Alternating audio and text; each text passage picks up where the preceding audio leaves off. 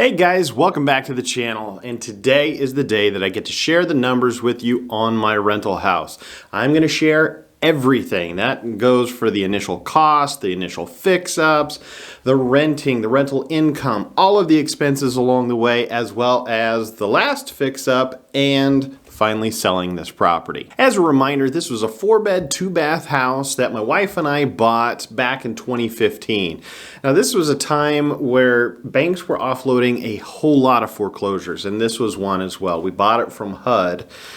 And like I said, at the time, they had a ton of them on their books and they were just letting them go. So it brought all the prices down. And it's kind of amazing to think this is 2015 and the housing crisis started in 2008. It took that long for the effects of that 2008 financial crisis to hit my area, which is in Kansas. I'm in a suburb of Wichita, Kansas.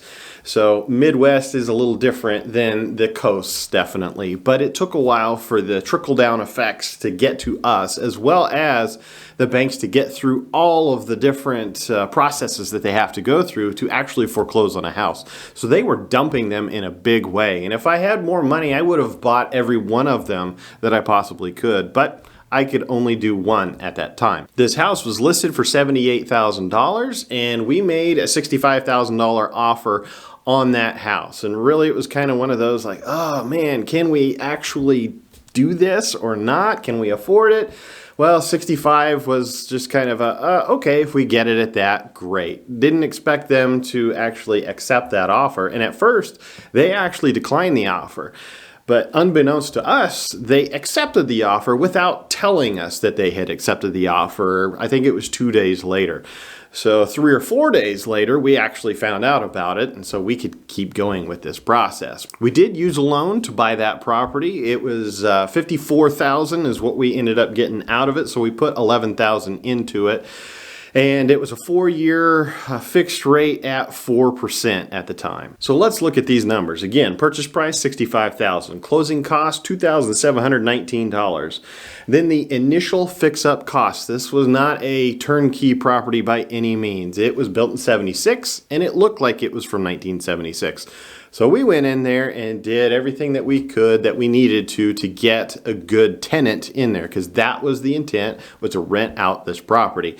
So we spent $18,924 fixing this property up. And that included things like I replaced all of the windows, a couple of the doors, had a good portion of the driveway ripped out and replaced, had a deck put on, had a couple $1,000s worth of plumbing done, ended up gutting the entire kitchen, and here's what it looked like before, and then here's gutted, and then of course here is afterwards. So it looks a heck of a lot better, a lot more modernized, and we put solid surface countertops on it because the intent was we wanted something that was going to be really robust, and I like solid surface countertops.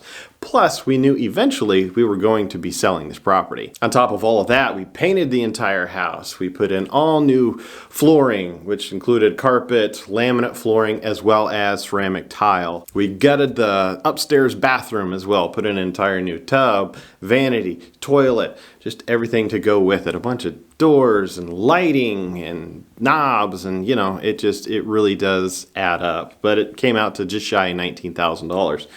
And then, of course, we had to pay utilities at the time, too, of $691 because it takes time to do it. Our initial estimate was that it was going to take 3 months to do. It ended up taking me 5 months to do it, and that's because my wife and I were working full-time at the time, so we just did this on nights and weekends. At this point, the house was ready to rent, and so we got a renter in there.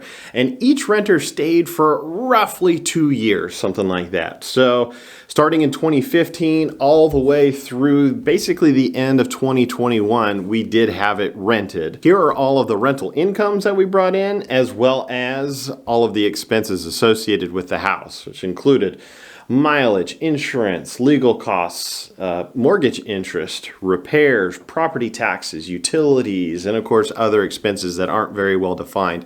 All of these numbers came exactly from my tax returns over those years. And there were some expenses that came up along the way. We replaced the HVAC system back in 2017. 2018, the sump pump needed replaced, so got that done. 2021. The water heater went out, so replaced that. And then of course at the end of 2021, that's when my tenant let me know that they were going to be leaving. So at that point I had the decision to make, do I keep renting this or do I go ahead and sell it? Because it was always our intent that we would probably sell this if the market got hot, and the market got irrationally hot. So we decided, let's go ahead and sell it. So even before the tenant was out of this property, we were working on the outside of this house, had lots of caulking to do, some siding repair, as well as painting the entire house. So in 2021, we have some of those expenses in there. And then of course, 2022, when the tenant actually left, they left January 3rd of 2022. We got to go inside of that house and do everything else that needed to be. Luckily, with the first 2 tenants that we had, the place was immaculate whenever we got it back. We had hardly anything that we needed to do other than maybe some minor cleaning. But this time we needed to do some more. And of course, a little bit of it is just normal wear and tear when you have 3 different sets of tenants in there. But this particular tenant was a little more rough on the property. So they left a bunch of stuff and they left it really dirty. And of course, at this point, it was time to get it ready to sell. So some things that you might let go to rent the place, you don't whenever you want to sell it. So in 2022, we had a fair amount of expenses that we had to do. And that included all of the carpet throughout the house, which I believe was around $4,000 when it was all said and done. Of course, we had to repaint everything and fix walls and just little things here and there that just kind of nickel and dime you. But anyway, all of those expenses are within that 2022. And we did have a $1,000 security deposit, so we kept that, put that towards some of those expenses. But if you add everything up, the total revenues over that entire time period was $85,618. And the total expenses, that's from the point that we initially got all of the fix-ups done, starting right then and going all the way to the point that it is ready to sell, was $55,026. So if you subtract the 2 of those, we end up with $30,592 worth of rental income profit at that point. One thing you'll notice that is not in here is anything to do with like office expenses or depreciation. Those are things, tax-wise you can deduct, but it didn't really make any sense to put it within the spreadsheet so that I could show you guys what the actual numbers are. So let's go back. Again, purchase, we bought the house for $65,000 plus all the other costs associated with it. We had $87,334 into this property, and at the time that we sold it for $195,000, had closing costs of $2,568 and commissions of $11,700. So we ended up getting $180,732. So if you subtract the 2 of those, we ended up with a total profit of $93,398. That is nothing to sneeze at. I was shocked whenever I put all of this together. Because honestly, I've just been working on the property, not knowing exactly where I sat with everything. But when I got it all together, made over $90,000. And that was just because of market appreciation, plus some of the fix-ups that we did. So in total, if you add up the $93,400 that we got on the long-term gain of that property, plus the rental income, which was $30,592, we come out to almost $124,000 worth of profit on one property. Because we held this property for over a year, we get to claim that $93,400 profit as long-term capital gains. And of course, that is a tax-advantaged way to do things. So I don't know exactly how much I'm going to have to pay because it's going to be dependent upon how much I make with other things this year. But I am going to owe some taxes on this. So I'm not walking away with all of that $94,000. Uncle Sam gets a good portion of it as well, but less than if it would have been short-term capital gains. Folks, this is as real world as it gets. This is mid-America, basically flyover land, and we're seeing profits like that.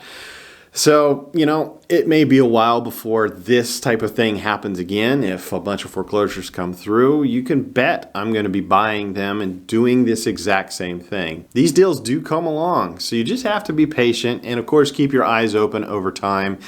Sometimes even in a hot market, a crazy deal can pop up. And if you can be, especially a cash buyer, you can jump right on in there.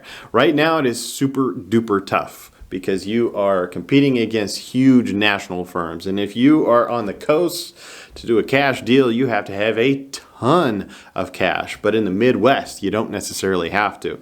You know, this is a 4-bed, 2-bath house that I sold for $195,000, and I was happy with that because I only bought it for $65,000. But it's all relative. You know, you can apply this anywhere within the United States. I made a whole bunch of videos showing the progress of this property, and you can click on those links down in the description. Thank you guys for watching. Make sure to hit that like button down below as well as subscribe. I'll see you next time.